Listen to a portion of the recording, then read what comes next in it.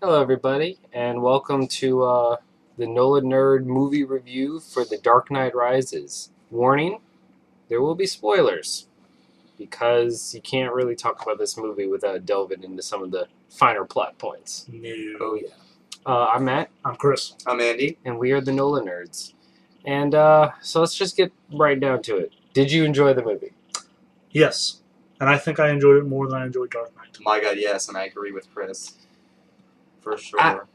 I want to agree with you, but part of me doesn't know if it's just that post-midnight launch, See, that's why I said I think. Which yeah. is weird I'm still working because it out. after the movie, I was like, it wasn't as good as Dark Knight. But then today, I was thinking about it, and I was like, you know what? I enjoyed that more than The Dark Knight. I thought, and a lot of people are saying that it doesn't quite meet the expectations, but I think it exceeds them. I don't think there was no really way do. it could have met all those expectations. 'Cause- Some people just built it up too much. Right. Yeah. But you know Right. what? Point is, movie's fantastic. Mhm. And I feel very happy that what's her face, Catwoman, Anne Hathaway. Yes. Anne Hathaway. Wait, she no, was not- very good. Not Catwoman. Selina Kyle. I never mentioned Whatever, her as being Catwoman. Catwoman. She's Um, Catwoman.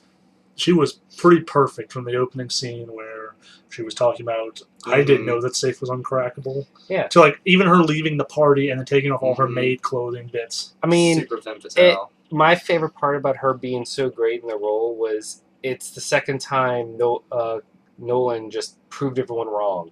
Because in Dark Knight with Heath Ledger and now with her as Catwoman, leading up to the film, all people were doing was like, I don't like the costume. I don't think she's going to pull it off. She doesn't look like Catwoman at all. This is stupid. Rah, rah, rah, rah, rah. Right. And bam, movie comes out and go fuck yourselves. She almost stole the movie away. Like, she almost... She was very Almost. good in all of her scenes. Yeah. Yeah. But my favorite person, the one that stole all the scenes for me, was Bane. Tom Hardy as Bane was fantastic. I liked Bane a lot. Yeah, I did too. Could you guys understand everything he said though? Yes? I had a little trouble. I was worried I that had- I would. I had but to listen in for him, but I think the voice was actually pretty well done.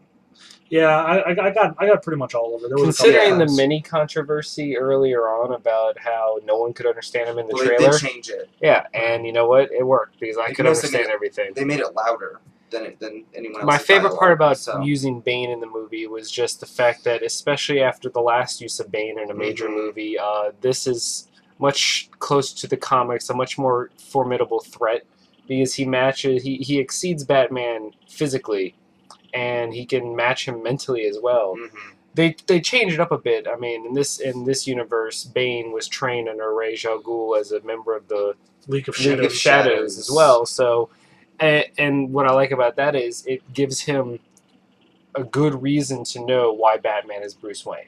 Mhm. And it just all goes down from there. And the whole point of this movie was to punish Batman, and I love that. Yes. Mhm. Also, a surprise reveal character at the end. Who's one of my favorite characters in the Batman universe, so I was extremely happy about Not that. who I was talking about. I was talking about Talia. That's what I'm talking about. She's one Oh, of my favorite You characters. said he. Oh, I said she. I'm sorry. There's a second reveal. Yeah. I felt that was more fan service than anything. Yeah. It It really. really could have been anyone. Yeah. Her motivation's pretty flimsy. No, I'm not talking about Talia. I'm talking Oh. about Robin. Oh, that he was definitely there as fan pure service. fan service. No, yeah. Funnily enough, that was actually his name. That was Robin. that was the only part that I was like, that's dumb.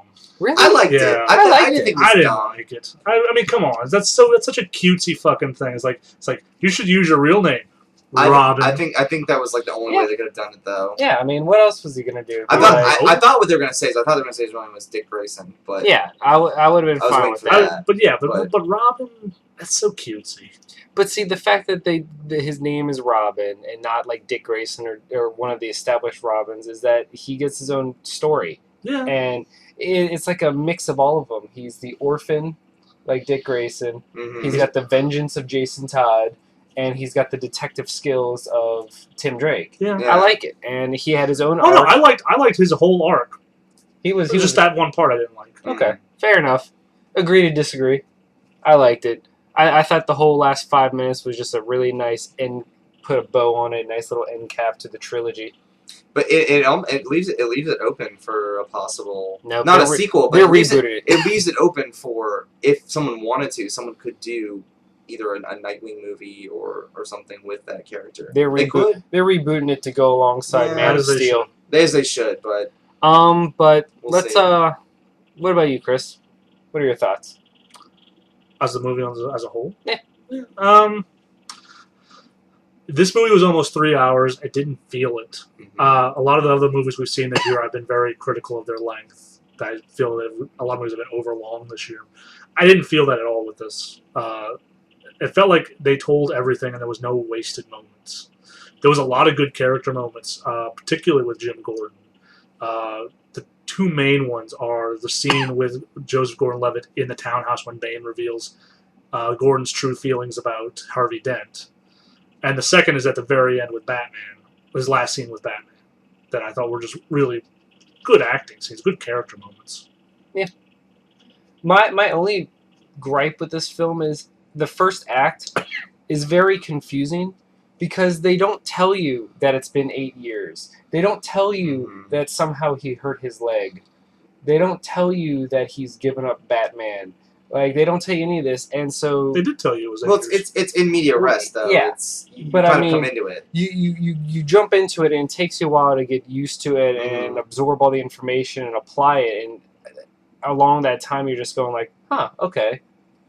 But once it all came together, like the second and third acts were just non-stop fantastic. I like recluse Bruce Wayne. Yeah. I like that though because the movie started out with just the coda of The Dark Knight and it led straight into it, even though a lot of time has passed. But they're still like feeling the end of What do you the think? aftermath of the previous. What's your movie. take on the fact that this is a Bruce Wayne that decided, hey, I've done enough, and stopped? I can see how that would be an issue for a lot of people.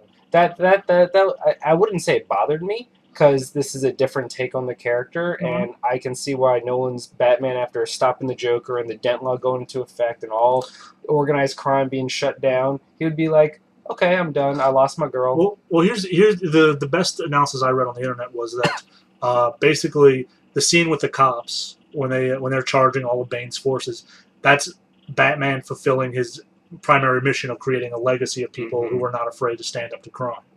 And since he had accomplished that, he had nothing else to fight for, so he could quit. I mean, and I'm fine with that.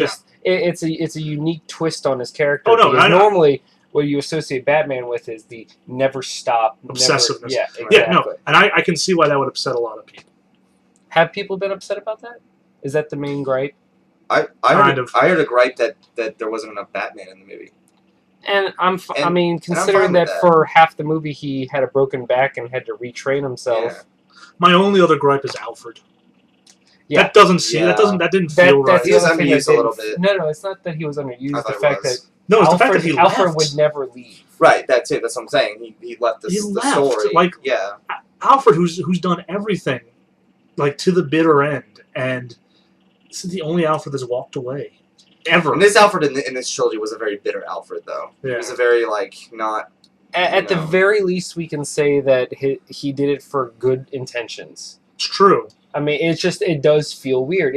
The 1-2 punch of a Batman who quits and an Alfred who walks away. It's a lot for a lot of people. I've read some reviews that are very critical of those 2 points, and I'll give them the Alfred because that's the only thing that didn't feel right. But I kept expecting him to come back. Yeah, like at the end. Yeah. No, but because that's what would happen is Alfred would leave, and then when Bruce needed him the most, he would be back. there. And say we got Lucius Fox helping him out. Yeah. Which I'm fine with. I heard some people while walking in the movie theater, some people saying, man, I really wish they would have just killed Batman. I really wish he would have died. Just a clean. What do you guys just cleaned up? That was what do you the guys rumor. Think of that? I don't think they could. Let They them should spoil have. it. I don't think they should have. No. And I'm glad they didn't. I'm glad they didn't. No, I was hoping for that reveal. I would have probably liked it if it was a little more like nebulous. Like they show the scene where Alfred's at the cafe, and then he looks up, and he gets that smirk, and you know he's looking at him, but then they don't show him. Yeah. That would have been interesting. I don't know. Let's what do you think about the fight scenes? Just the choreography of everything.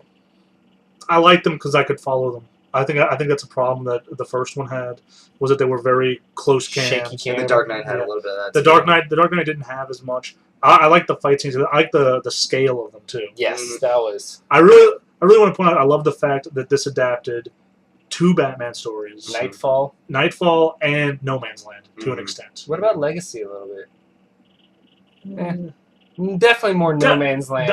And No Man's Land may be my favorite Batman and story. a little bit of Catwoman from the Jeff Loeb. They sort of based her off a little bit off those Long Halloween Catwoman. But the fact that they picked those two things.